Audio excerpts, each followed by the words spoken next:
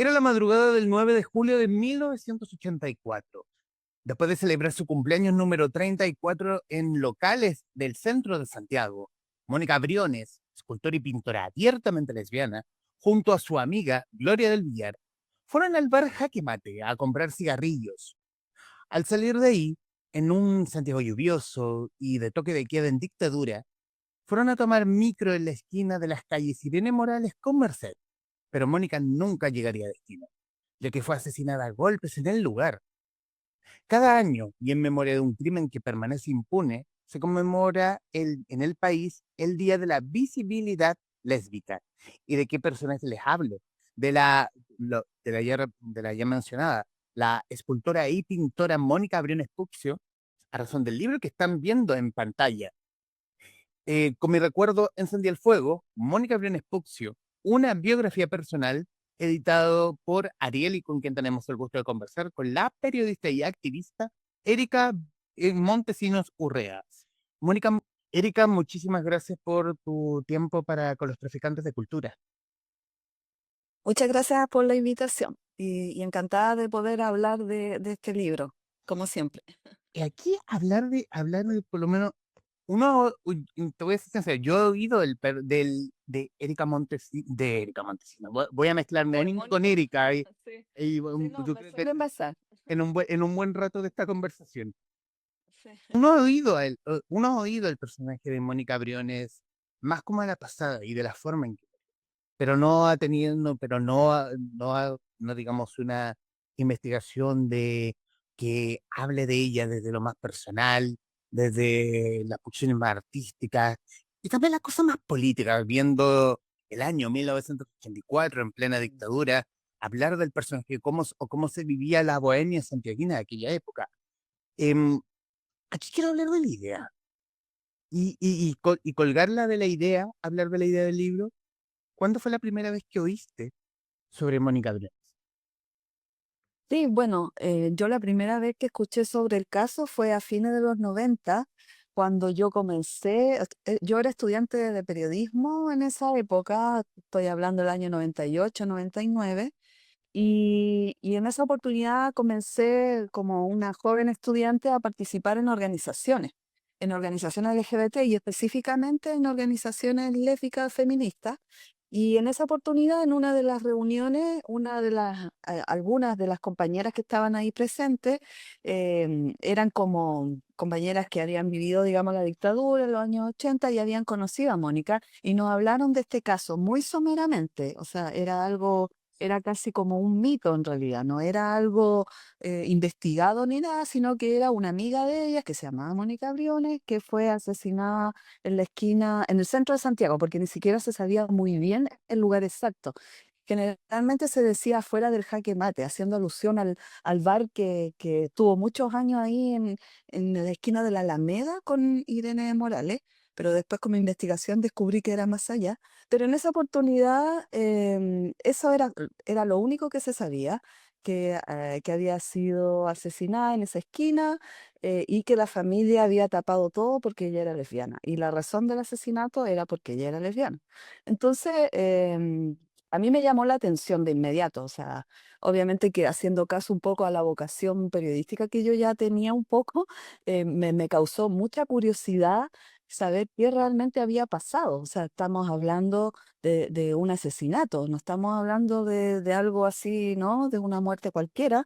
Y sobre todo por el tema de la orientación sexual. Y como también cuento en el libro, porque yo cuento, empiezo contando esa escena en el libro, todas las que estábamos ahí éramos todas jóvenes, viviendo como la década noventera, cuando ya no había dictadura. Entonces, claro, lo vivíamos no tan libremente como se vive ahora, pero sí un poco más relajada. No teníamos miedo de la persecución, ¿verdad? O de que nos fueran a torturar. No, no había ese miedo. Entonces, cuando escuchamos este caso, fue como darnos cuenta de lo frágil que son nuestras vidas como parte de la comunidad LGBT. ¿No? O sea que en cualquier momento, pues, solamente por amar a otra persona de mi mismo género o amar a otra mujer, podía ser asesinada, podían terminar con mi vida. Entonces, escuchar eso de las que estábamos y que todas éramos jóvenes, como te digo, fue muy impactante, fue darnos cuenta de esa fragilidad. Entonces, en ese momento, yo decidí, dije, yo tengo que saber más de este caso, ¿no? Yo no empecé de inmediato a investigarlo ahí, sino que fue muchos años más después, el 2006 empecé a investigarlo, pero esa fue la primera vez donde yo lo escuché. ¿Y cómo, y cómo es construir desde cero, o probablemente menos que cero, eh, construir a la Mónica como personaje de este libro, reconstruir su historia? Sí. Mira, o sea, no fue complejo, pero sí había mucho de mi parte, mucho empeño. Siempre me he caracterizado por ser muy empeñosa, porque iba a trabajar con un personaje, alguien que yo no conocí. O sea, en el año 84 yo tenía 12 años y estaba, como también digo en el libro, estaba descubriendo mi identidad. En esa época estaba como con todas estas ideas de lo que me pasaba con otras niñas, ¿verdad? O qué es lo que yo sentía. Y a ella, a Mónica, la estaban asesinando por eso mismo, porque ella era abiertamente lesbiana, en plena dictadura. Entonces, creo que tener, digamos, en cuenta eso fue muy, muy potente también.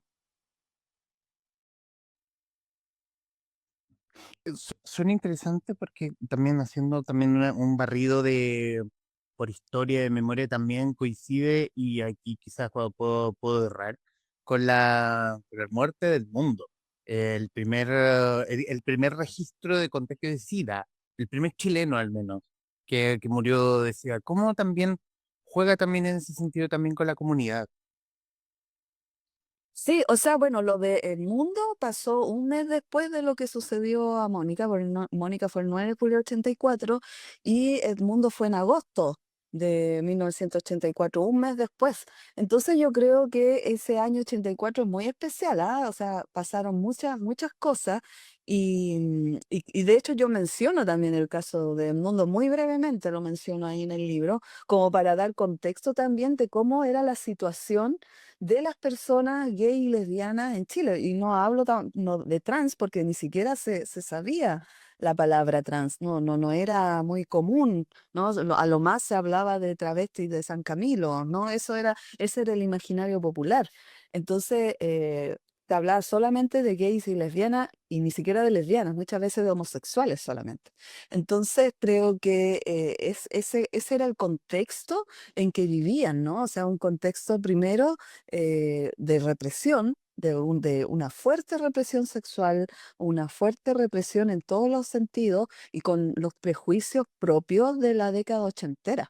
O sea, yo en mi investigación del libro, por ejemplo, tuve que, para darle contexto a la historia que yo conté, no está tan narrada como, digamos, periodísticamente, sí, sino que está narrada muy estilo crónica, muy narrativa.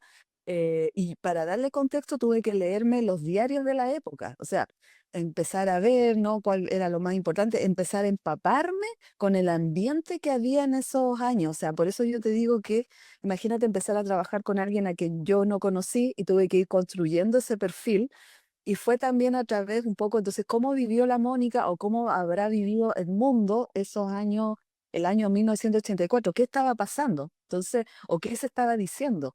Y me encontraba, por ejemplo, con textos muy, muy, que hoy en día no serían aceptados para nada. O sea, que hoy serían, como se dice, funados, poco menos, ¿no? Se hacían listas, por ejemplo, de las aberraciones más comunes, donde estaba, por ejemplo, la homosexualidad, estaba no, todo lo que el sexo con animales y bla, bla, y incluían también la homosexualidad. Eso publicaba los diarios de esa época. Entonces, lo que eso te quiere decir es que había mucha ignorancia. La homosexualidad era una desviación. Entonces, lo que tenía que ver con VIH, con SIDA, obviamente que iba a ser una cosa mucho más estereotipada, ¿no? El cáncer gay tituló el diario La Tercera. Entonces creo que eso me ayudó mucho también para la pregunta anterior que tú me hacías, que era cómo había construido el personaje también, ¿no? Y fue a través también de este contexto. ¿Cómo habrá vivido Mónica, digamos, esos años? ¿Cómo lo vivían las personas gay y lesbianas en esos años, ¿no? De mucha, mucha represión no solamente sexual, sino que también política. Uno mirando también como archivos de la época donde uno tiene que ver, donde uno ve este tipo de, no, no sé, reportajes, por ejemplo, de TVN, de La Nación, de informe especial de aquella época, donde más que hablar de una cosa más periodística, era más como el tono más sensacionalista del tipo, los homosexuales. Y ese tono más como rimbombante, y como, wow, para hablar de los homosexuales. Y todo súper como que rompe ese estereotipo ochentero dictatorial chileno de la época. O sea, lo que yo te digo es que, claro, o sea, a ver, igual, digamos, los medios de comunicación eran reflejo de esa época y lo que yo vi en esos diarios, esos reportajes, fue precisamente ese reflejo de esa sociedad. Entonces, digamos, toda esa morbosidad duró años acá en Chile en los medios de comunicación.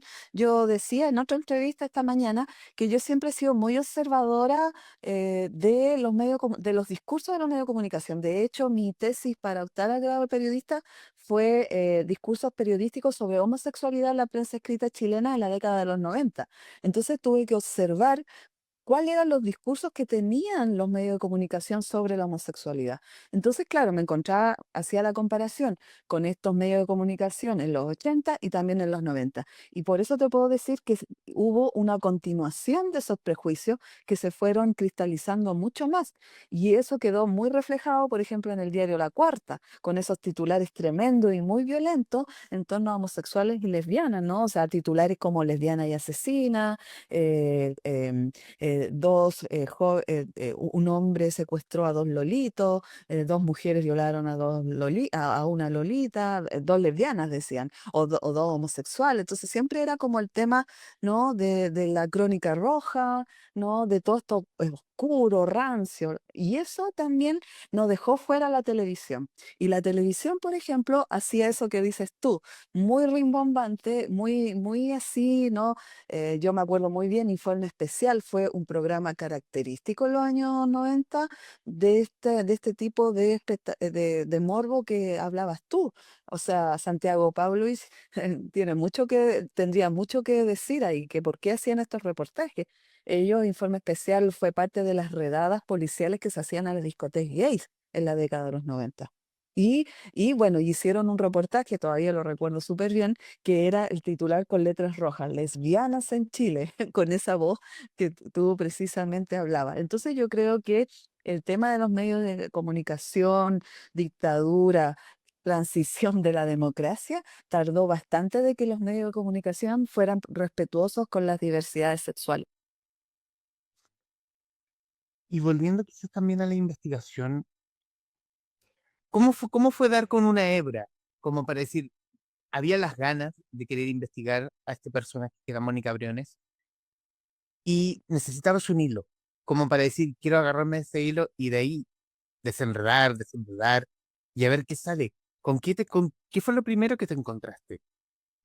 Sí, bueno, mira, yo en el libro es muy, o sea, la crónica que yo escribí tiene mucho de esto que dices tú, porque de hecho de eso mismo hablo en el transcurso del libro, de qué me iba a agarrar para seguir, digamos, ¿no? Esta historia, digamos. O sea, yo tenía solamente unos antecedentes, entonces yo necesitaba saber. Lo primero que hice fue, digamos, corroborar que había sucedido algo. Yo creo que una de las herramientas que nos entregan a los periodistas son las fuentes, es decir, tienes que corroborar las fuentes. Entonces yo ¿qué es lo que tenía que corroborar? Que había ocurrido ese asesinato ahí en esa esquina. Si fue ahí o fue un punto más allá, también lo tenía que corroborar, porque en periodismo nos enseñan esto de la rigurosidad, ¿no? Que no puede estar contando mentiras, digamos, ¿no? Entonces, yo lo primero que hice fue escribir el servicio médico legal, porque yo dije, bueno, si hubo un crimen, debió haber pasado por la morgue, ¿no? Debieron haber levantado el cuerpo, si fue un atropello, debió haber habido un parte policial, algo. Entonces, bueno, lo primero que hice fue escribir al servicio médico legal y solamente lo único que escribí fue teniendo, digamos, es el nombre de la oxisa, como se dice en términos policiales, y más o menos tentativamente la fecha, julio de 1984, más o menos, escribí ahí, ya yo ya tenía, había Gmail, ¿no? Y pude escribir directamente a informaciones y me encontré que me respondieron de inmediato. Me dijeron, sí, pasó una persona con esas características que usted dice y el crimen por la autopsia, el traumatismo encefálico craneal, o sea, una persona que fue muerta a golpes, y ocurrió el 9 de julio de 1984 a las 6 más o menos de la madrugada. Y el caso está archivado. Entonces, cuando tú ya tienes eso, es como, o sea, tengo la fecha, o sea, para mí fue así como, wow, algo histórico. O sea, me refiero, por fin se tenía la fecha exacta que había ocurrido esto que era casi un mito y una leyenda. Y desde ahí empecé entonces a tirar, digamos, el hilito. Entonces yo dije, ¿quiénes vivían en esa época? Yo dije, habían algunas activistas. Quizá gente de la Bohemia la conoció porque como era escultora y pintora, debió haber conocido gente de la Bohemia. Y ahí me empecé a insertar, digamos, como yo ya era activista y participaba en organizaciones, empecé a escarbar así como a preguntarle a otras feministas más adultas, ¿no? Que habían vivido a lo mejor la década del 80, ¿a ti te suena este nombre? Al principio casi la mayoría me decía que no le sonaba para nada. Y me decían, pero ¿en qué época dices tú? En los 80, dije 84. Me dijo, ¿y por qué no hablas con Pedro Lemebel? Incluso me decían que perteneció a la yegua del Apocalipsis, o no sé, a la Carmen Berenguer, en una de esas. Pero hubo alguien, y ahí también lo cuento en el libro, que me dijo, ¿sabes qué? Yo conozco a la que fue la primera polola de la Mónica Briones. Y eso para mí fue como, ¿en serio? Me dijo, sí, conozco a la, y que también fue activista lesbiana. Dije, ¿en serio? Yo no lo podía creer. Y me contactaron con ella. Y desde ahí ya fue como de a poquito, porque luego ella, Susana Peña, que es una de las fundadoras de Ayuquelén, la primera organización lésbica en Chile, en los años que se fundó, en los plenos años 80, y ella de inmediato me dijo, te voy a contactar con el que fue el mejor amigo de la Mónica, el que también está citado en el libro. Y después el mejor amigo de la Mónica me dijo, te voy a acercar a la familia, que eso es lo que quería yo, y así pude entrevistar a la hermana. Entonces fue como pasito a pasito, ¿no? Mientras estaba en el archivo judicial leyendo 700 páginas, que lo leí miles de veces, también iba haciendo las entrevistas adecuadas. Entonces creo que empezar a ver todo eso me fue haciendo una idea también de cómo era la Mónica, porque me tuve que meter también en el personaje. No podía describir a alguien, digamos, con mi imaginación solamente, tenía que describirla con datos reales. Ahí se te fue Ahora el sí, audio. sí, ahora sí. Ahí se. ¿Y cómo era Mónica? Porque uno lee el libro y uno piensa en un personaje que cayó en el tiempo equivocado. Era un la uno muy libre, desfachatada de alguna u otra forma, no ocultaba en ningún caso de que era lesbiana, pero también eso, como esa desfachatez para la época, también le trajo muchos problemas. Sí.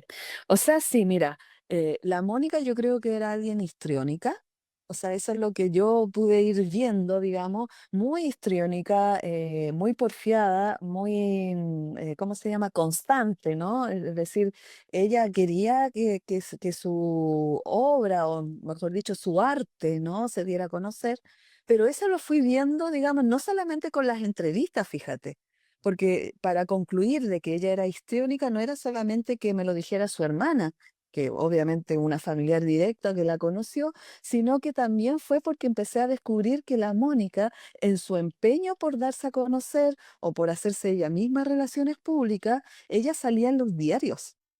¿No? Y una de las primeras cosas que, por ejemplo, me contó la hermana era que la Mónica participó en una maratón de pintura, en un récord de pintura, algo muy insólito que se hizo en Chile el año 69 en el Cerro Santa Lucía. Es, Y había una perdón, convocatoria. perdón, eso lo encontré loquísimo el relato.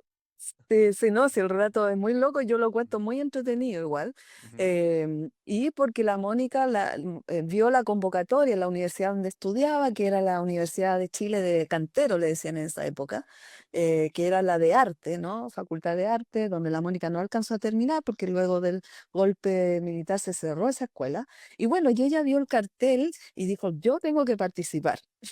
Y se fue con todas sus cositas y la hermana me dijo, y no hubo quien la detuviera, porque ella era así, o sea, se le metía algo en la cabeza y tenía que hacerlo.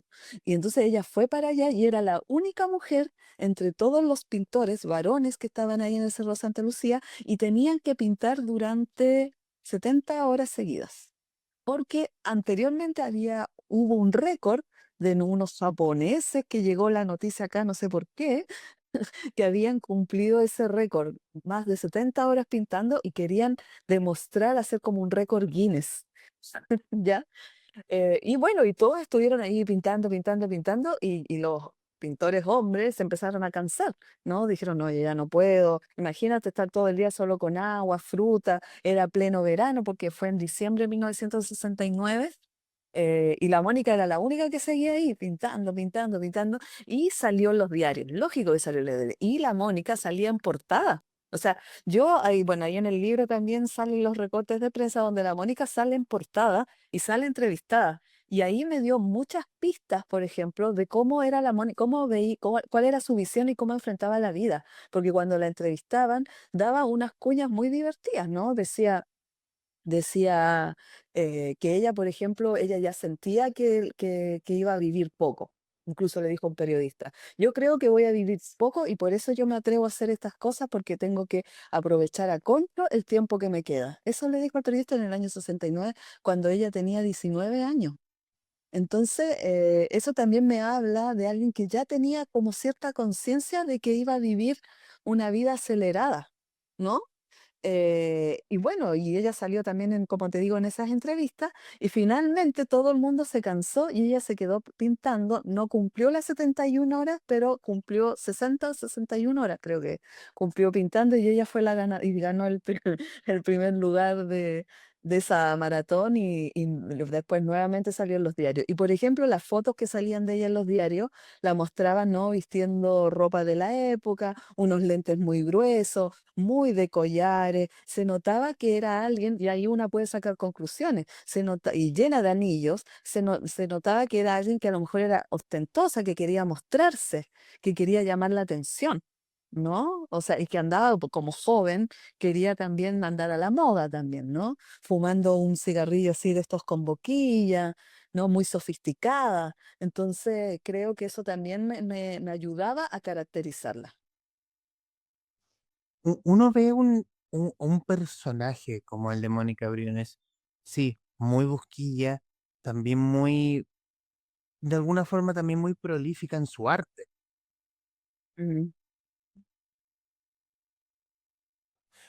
perdón, muy prolífica en su arte y también muy polola de alguna Sí, sí. forma. Sí, tuvo varias pololas y todo, ¿no? Sí.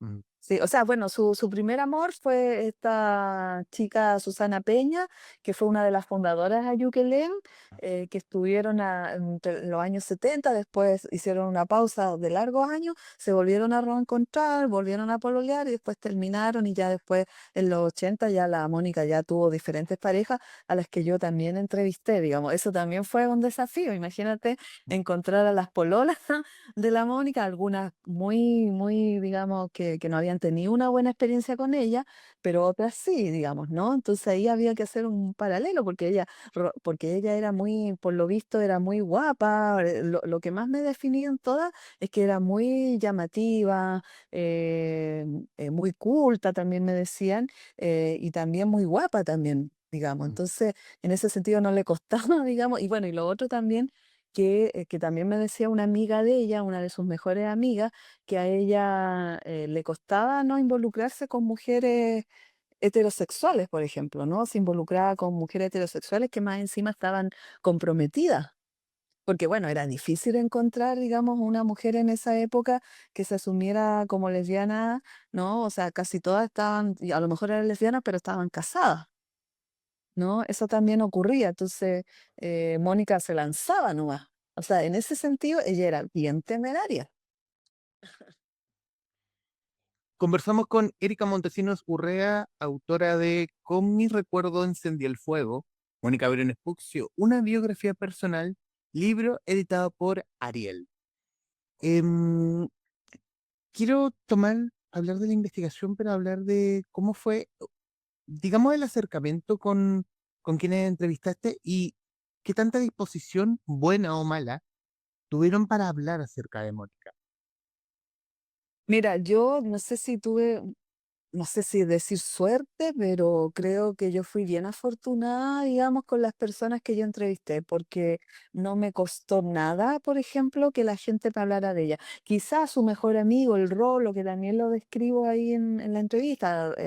Rolo falleció el año 2013, pero yo lo entrevisté cuando recién empecé a hacer la investigación, que fue el año 2006. Y Rolo, por ejemplo, de inmediato, o sea, no de inmediato, pero sí le costó un poco, ¿no? Me costó como 2 encuentros, más o menos, ganármelo, se podría decir, para que realmente se abriera un poco a mí y me ayudara a llegar a la familia, que eso era lo que yo quería. Pero cuando una vez que yo llegué a la familia, la hermana fue así como, no sé, fue un libro abierto. Ella quería hablar de su hermana, necesitaba hacerlo. Entonces, en ese sentido, ella me dio un material invaluable. Es decir, yo creo que casi todo el libro, de hecho, en los agradecimientos ya está de las primeras, fue gracias a ella, porque gracias a todas esas entrevistas que yo hice, esas citas que yo iba a su casa, que nos encontrábamos, donde ella me mostraba las pertenencias de la Mónica, que casi todas están en poder de ella, su escultura, me pude hacer todo un perfil. Y ella no me decía solamente cosas buenas, de hecho, la mayoría de las cosas que me contó ella como única familiar sobreviviente directa que tiene de Mónica Briones, fueron sus yayitas, se podría decir, ¿no? Ujú. Porque en el fondo también yo esa crónica que yo escribí, no solamente porque todo el mundo cree que ahí poco menos se levanta una mártir, ¿no? O se levanta alguien como muy, muy así correcta, para nada, para nada. Yo ahí doy a conocer todos los blancos y oscuros de la Mónica, tal como me dijo también su primera polola Susana Peña, claro y oscuro de una persona. No solamente estas partes luminosas y bonitas que le dimos a ella, ¿no? Sino que también estas otras partes, ¿no? Que bueno, que su familia también procesaba mucho con eso. Su familia, a su mamá, por ejemplo, le costó, la mamá, yo ya no vivía la mamá cuando empecé a hacer la investigación, pero la hermana me decía, mi mamá, yo creo que nunca lo aceptó. ¿No? Y después al final, afectada por esta muerte tan trágica, ella le echaba la culpa a esto, ¿no?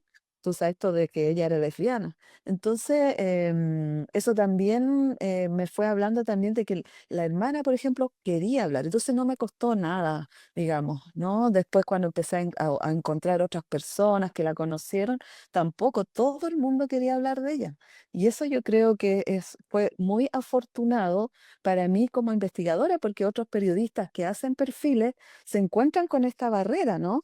Que no les quieren conversar, no les quieren hablar, no se quieren involucrar. Entonces creo que yo fui muy afortunada con las fuentes que tuve. Justamente tocaste un punto de esa dualidad entre la periodista y la activista.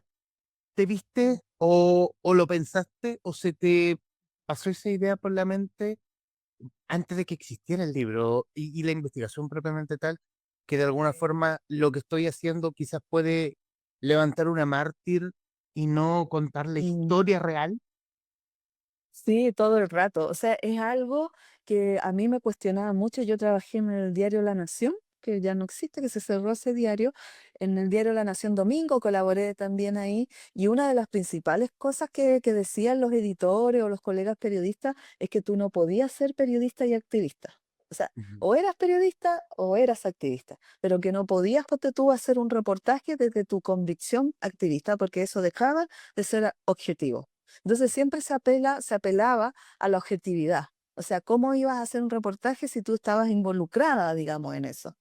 Y yo viví muchos años con esa carga, en el sentido de que me impedía, por ejemplo, yo decía, ya, ¿cómo voy a hacer este? Porque al principio la investigación de la Mónica no se concibió como un libro, sino que yo lo iba a publicar como un reportaje en la revista que yo tuve, que era de cultura lésbica en Chile, la primera revista de cultura lesbiana, y era para publicarlo ahí. Entonces, en el fondo, me conflictuaba, porque yo decía, ¿cómo voy a escribir este reportaje?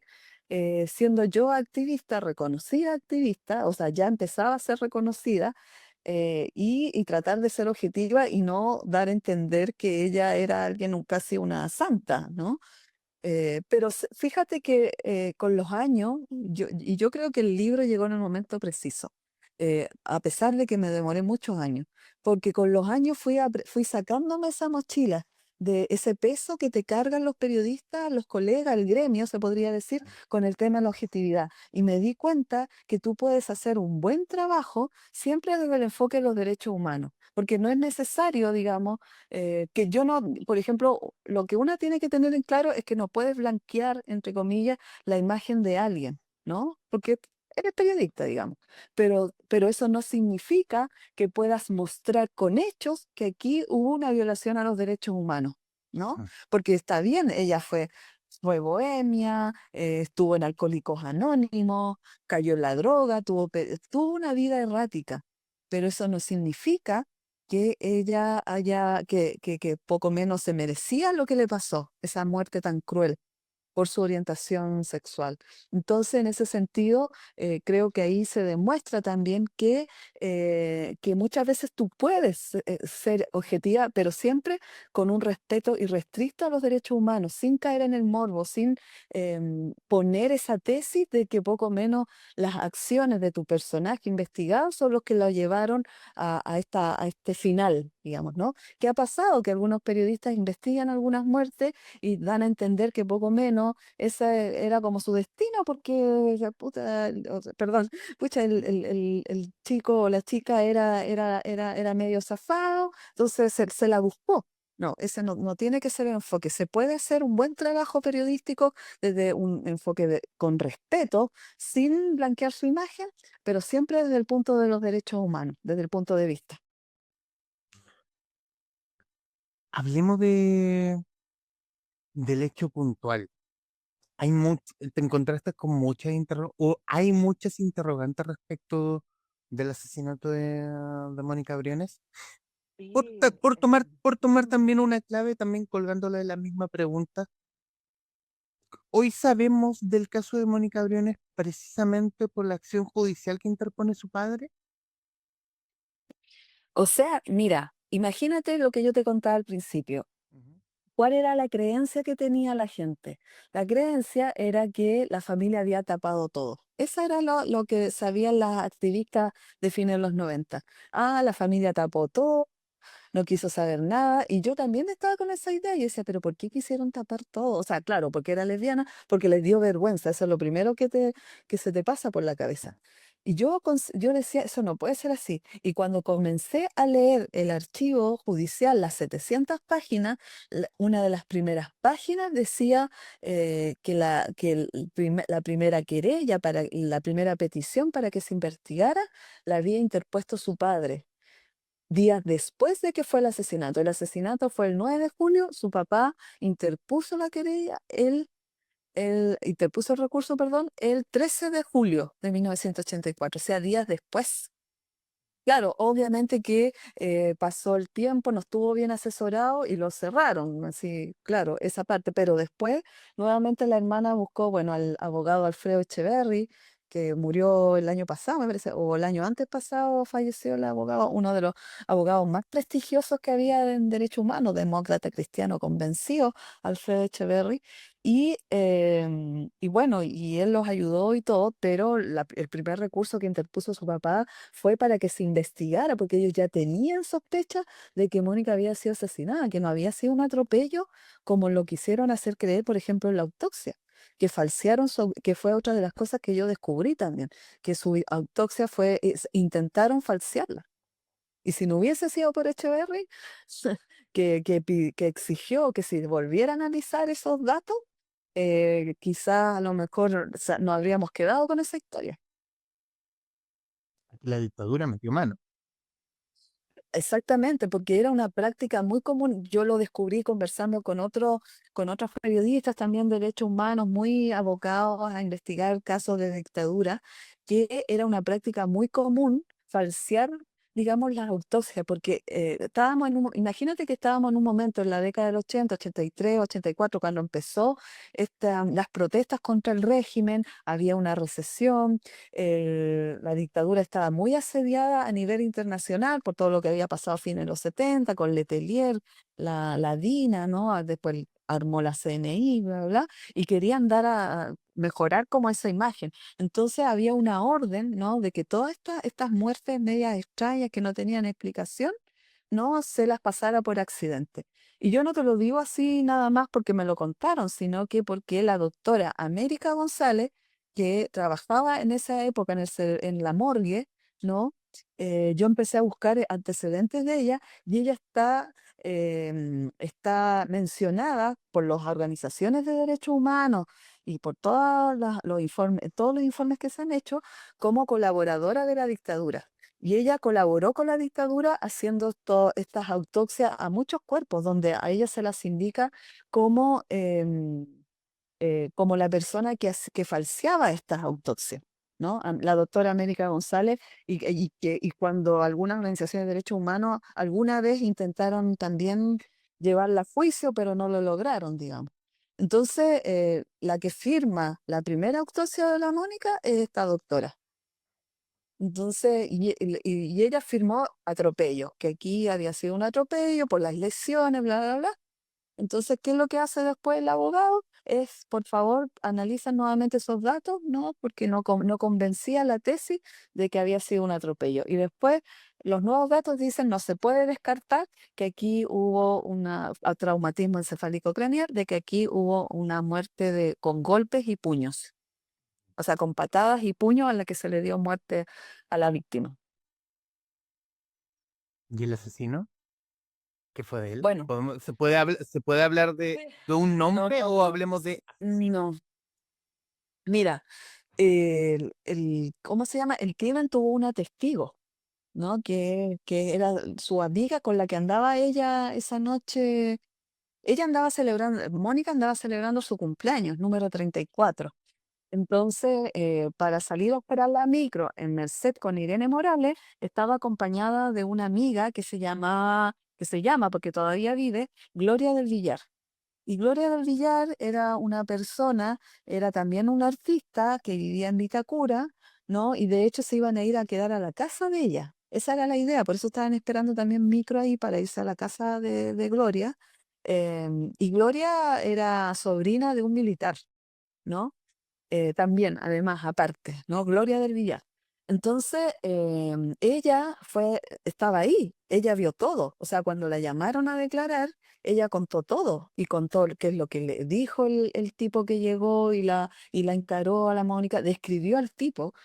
Gloria describió a un tipo alto, de corte militar, rubio, dijo, que usaba una gabardina beige, ¿no? Y que andaba con bototos, muy al estilo neonazi, en realidad, muy al estilo militar, ¿no? Entonces, y que la empujó y la encaró a Mónica, se fue de inmediato donde Mónica, ni siquiera a ella no le hizo ni caso. Fue de inmediato donde Mónica a empujarla y le dijo, así te quería encontrar, lesbiana concha de tu madre, le dijo, ¿no? Y la Mónica quedó sorprendida porque Gloria relata en el archivo, o sea, digamos, en las declaraciones, perdón, dice, y Mónica lo miró porque se notaba que nunca lo había visto, quedó así como, ¿y a ti qué te pasa? Le dijo. Y bueno, y él le dio un puñete y de inmediato la arrojó porque el tipo dijo, Gloria lo describió como muy fortachón, ¿no? Con mucho músculo y todo. Y cuando ella quiso defender, o sea, ayudar a su amiga, quiso separar, tirar al gallo, o sea, sacar al gallo de ahí, al tipo que la estaba golpeando, recibió una patada, pero mortífera, o sea, una patada que la lanzó por allá, que ella dice que la dejó sin respiración. Y el tipo le dice, contigo no es la hueva, le dice, ¿cachai? Entonces había una orden, se nota que había una orden de que a ella, a Gloria del Villar, no se la tenía que tocar. ¿no? Y de hecho, Gloria arrancó, o sea, arrancó, bueno, obviamente está en estado de shock, arrancó y dice que misteriosamente apareció un auto que le dijo, súbete, yo te llevo. Entonces son todas esas cosas misteriosas que envuelven, digamos, la situación del crimen que no se lograron esclarecer. Durante todos estos años, hasta el año 93, que es cuando se cierra el caso sin encontrar culpable, nunca el abogado lo logró esclarecer, ni nadie tampoco, porque imagínate que era el sistema judicial antiguo también. Entonces, claro, el caso quedó impune, ¿no? Bueno, además que la gente estaba resistente había resistencia a declarar, me imagino que estábamos en dictadura, la gente estaba aterrorizada, sus amigos estaban aterrorizados, muy pocos se atrevieron a ir a declarar. Después con los años el abogado se empezó a dar vueltas, vueltas con el caso, volvía a tomar declaración nuevamente a los mismos y bueno, y también por lo que yo también pude recopilar, los jueces en los años 90 comenzaron a cerrar causas porque ya estaban hasta aquí y solamente iban a dejar las causas que eran más emblemáticas de derechos humanos, ¿no? Y las que estaban ahí como dando bote dijeron, cierre, hay que cerrarlas. Y yo creo que el contexto no favoreció, digamos, a Mónica para que se pudiera hacer justicia, digamos, ¿no? Yo creo que tenía un contexto muy adverso para que se hiciera una investigación. Y más encima, su cuerpo fue incinerado también. O sea, yo digo más encima que me refiero en el sentido de que habían pocos elementos que pudiesen hacer una investigación más profunda. O sea, de alguna u otra forma se cumple lo que dijo cuando tenía 19 años, que iba a tener una vida corta. Ella siempre, ella lo volvió a repetir en una última entrevista que dio, como en 1982, que yo también la relato en el libro. Ella fue al diario a pedir que la entrevistaran en el año 82, la última noticia fue.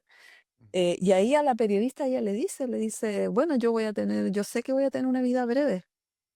Y ella estaba segura de eso. Entonces, bueno, ahora, como me decía la hermana, pero ella no sabía la forma. Entonces la hermana siempre se lamentaba conmigo en las entrevistas, no me decía, ya está bien que supiera que no iba a vivir mucho, pero la forma, decía, ¿cachai? Eso era lo que más le afectaba a la hermana, que esa no, ojalá no hubiese sido así la forma en que ella hubiese muerto. En los minutos que nos quedan y solo por salirme un poco del libro, hablemos de, bueno, para la fecha que estamos grabando, 13 de agosto, el día de ayer se te hizo entrega de una mención respecto al Premio Libertad de Expresión José Carrasco Tapia. Eh, Mención y que honrosa. una mención honrosa, en el que cita esa mención, el premio lo cita de esta forma, comillas, un libro que advierte una ágil escritura que contribuye a recrear escenas significativas sobre un crimen que marca la lucha por los derechos de la comunidad LGBTIQA. Cierro comillas. Em, yo sé que también he hablado con otros escritores y escritoras que han recibido premios que obviamente uno no, claro, no esperan eso, pero igual es como un pequeño abracito. Es como una palmadita de espalda que te dicen, bien, lo estáis haciendo bien. Cómo te llega a ti este premio en lo personal y también de la mano con la historia de Mónica Briones? Mira, a mí me emocionó mucho recibir este premio. De hecho, ayer la rectora me dijo, oye, fue la que más se emocionó cuando empecé a llamar a los ganadores, fue la que más se emocionó, porque para mí es realmente un reconocimiento muy grande de este trabajo que hice, y no solamente de eso, sino que es un reconocimiento a mi escritura. Conversé, por ejemplo, ayer estaba el jurado que integró, digamos, para elegir las obras ganadoras estaba Farideh Serán, Premio Nacional de Periodismo, María Olivia Monkever, otra grande del periodismo, también Premio Nacional, entonces, y varias más. Entonces, en ese sentido, todas ellas me decían que les había encantado el libro, que lo encontraban muy bien escrito, muy emotivo. También, ¿no? Un libro potente. Entonces, que ellas me lo dijeran, recibir este reconocimiento para mí es potente, porque imagínate que yo delante te decía, ¿no? Te explicaba, ¿no? Esta cosa, esta tensión que hay en el periodismo de que si una es activista no puede hacer una obra así bien hecha, no puede a lo mejor hacer un gran reportaje. Y yo estoy segura que muchos del gremio a lo mejor todavía piensan que, por ejemplo, que este libro no es, digamos, muy serio a lo mejor, que como soy activista, a lo mejor no es una investigación bien hecha, pero sin embargo este premio, este reconocimiento, viene a decir lo contrario, porque aquí en el jurado hubo premios nacionales de periodismo. Entonces, en ese sentido, para mí, yo lo tomo como un reconocimiento muy grande este trabajo, una validación de mi escritura, porque yo también ahora me considero, o sea, hace muchos años me considero escritora también, me anima a seguir escribiendo narrativa también. Una cosa que me motiva bastante es seguir contando historias que han sido olvidadas de la comunidad LGBTIQ+, en los 90 sobre todo, por ejemplo, en las redadas policiales, seguir contando historias que de repente se olvidan, ¿no? Rescatando la memoria, dando a conocer las vivencias de las personas LGBTQ+, que generalmente no están en la literatura, digamos, de manera universal, y que tú puedes hacer un libro y tener un lenguaje universal, no necesitas ser de la comunidad LGBT para que puedas leer este tipo de libros. Y yo creo que esa es la principal enseñanza que nos deja también, que me deja este premio, esta validación. Así que no, feliz, feliz, feliz. Eh, yo sé que algunos reciben a cada rato premios, pero yo lo agradezco mucho, muy agradecida. ¿Cómo, cómo debiéramos tener en la memoria colectiva, o cómo está en la memoria colectiva la figura de Mónica Briones Puccio? No, Mónica hoy en día es un símbolo. O sea, alguien que solamente se hablaba, bueno, yo gracias a esta historia oral supe de la Mónica. O sea, si yo no hubiese estado en esa reunión con la otra activista, jamás me hubiese enterado. Y eso también habla un poco de lo que hemos hecho las mujeres y las disidencias, que es contando nuestra historia de manera oral. Porque como no tenemos, digamos, no teníamos otra forma de hacerlo, teníamos que ir pasando la voz, oye, pasó esto, y ahí, por ejemplo, ir dejando a las nuevas generaciones esta memoria. Y hoy en día, por ejemplo, ya que contamos con más recursos, por ejemplo, Internet sobre todo, Mónica se ha convertido en un gran referente para las nuevas generaciones. O sea, yo misma, junto a otras compañeras, impulsamos el Día Nacional de la Visibilidad Lésbica, y hoy es reconocido por el Estado, por el gobierno, como una forma de reparación también a toda esta violencia que se ha vivido de manera súper invisibilizada. Entonces creo que a pesar del caso crítico, o sea, de la tragedia que le ocurrió a la Mónica, ella sigue siendo un referente porque ella se demostró que ella, o yo demostré en mi libro de las historias que hemos contado, que ella era una persona abiertamente lesbiana y no se avergonzaba de ello, ¿no? Entonces, eso la transforma de inmediato en un referente para toda la comunidad LGBTI. Digamos, la valentía que ella tuvo de vivir en épocas mucho más difíciles que las actuales. Bueno, que actualmente hay un peligro de retroceder, quizá no a esos mismos tiempos, pero de retroceder. Y ella lo enfrentó con valentía, digamos, ¿no? Y no estoy tampoco blanqueando su imagen, pero sí yo creo que hay que reconocer, ¿no? Que como alguien en plena dictadura podía decirlo abiertamente. No todo el mundo lo hacía y fue considerada de loca, desviada y bueno, y tuvo el costo que tuvo que pagar. Pero en el fondo ella, el poco tiempo que vivió, lo hizo sumamente intenso, fiel a sí misma. Independiente de lo que le pasó, ella fue fiel a sí misma. Y yo creo que eso la convierte de inmediato en una referente que está súper marcada, digamos, en la comunidad LGBT. Y se transformó en alguien que era súper invisibilizada y hoy en día en alguien que tiene un monolito, por ejemplo, ahí justo en la esquina el Consejo Monumento Nacional lo reconoció como un monolito que está protegido en memoria a ella y a todas las víctimas, digamos, del lesbodio que les dicen las compañeras activistas, ¿no? Entonces, eso, y hay hasta una biblioteca, ahora también una biblioteca pública que se llama Mónica Briones Pupcio. Entonces, qué lindo que la figura de ella siga creciendo más allá de su crimen, sino que de lo que a ella tuvo que enfrentar siendo una persona disidente en plena dictadura. Es un biblioespacio. También El tengo, biblio, sí, perdón, tengo, biblioespacio, sí, tengo sí, también, sí. Bueno, también en pantalla el post de que subiste.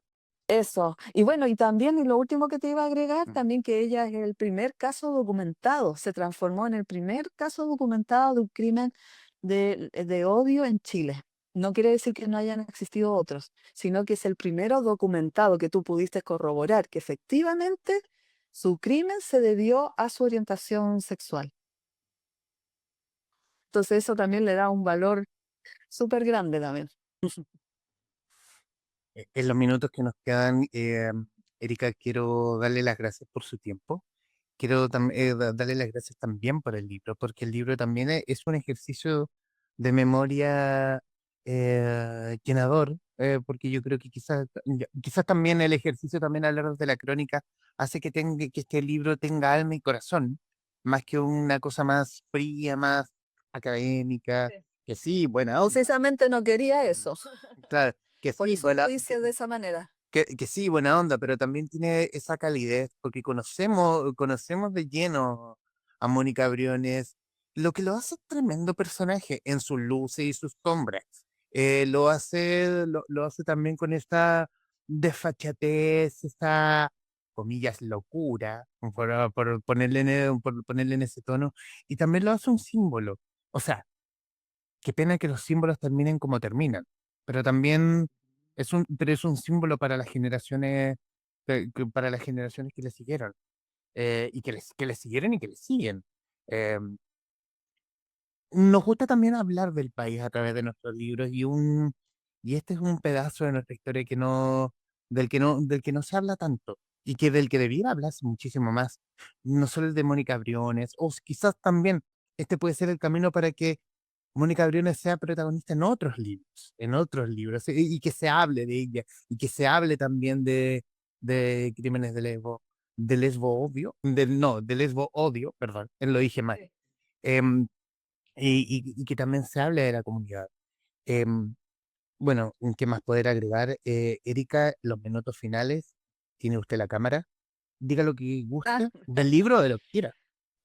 sí, ¿no? Del libro sobre todo, que me gustaría ahí que la gente que ve este programa pueda tener la oportunidad de leerlo. Yo les digo que no es una crónica periodística común, de hecho eso también la hizo merecedora también de esta mención honrosa, sino que tal como leías ahí esta pluma ágil, también se destacó eso, yo también mezclo un poco su vida con la mía también, ¿no? De cómo yo también me estaba asumiendo. Entonces, al final la vida de Mónica representa también la vida de muchas mujeres también que vivieron, digamos, esa época, que no se queden solamente como se llama con el crimen, es un libro muy entretenido, muy, como muy bien decían en el premio, muy ágil, tiene un tono de voz, tiene un estilo de escritura particular, es muy emotivo, es emotivo, o sea, progresivamente, entonces además es un viaje y un descubrimiento, porque yo gracias a este libro también, y ahí lo cuento también, hago un descubrimiento de mí misma, digamos, ¿no? Una madurez,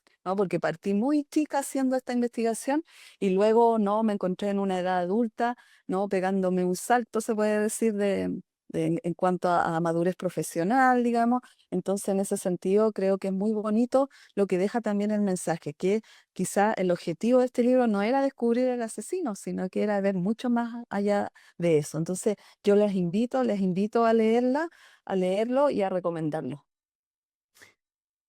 Erika Montesinos Urrea, autora de Con mi recuerdo encendí el fuego, Mónica Briones Puccio, una biografía personal, libro editado por Ariel, en conversación con la guarida de los traficantes de cultura.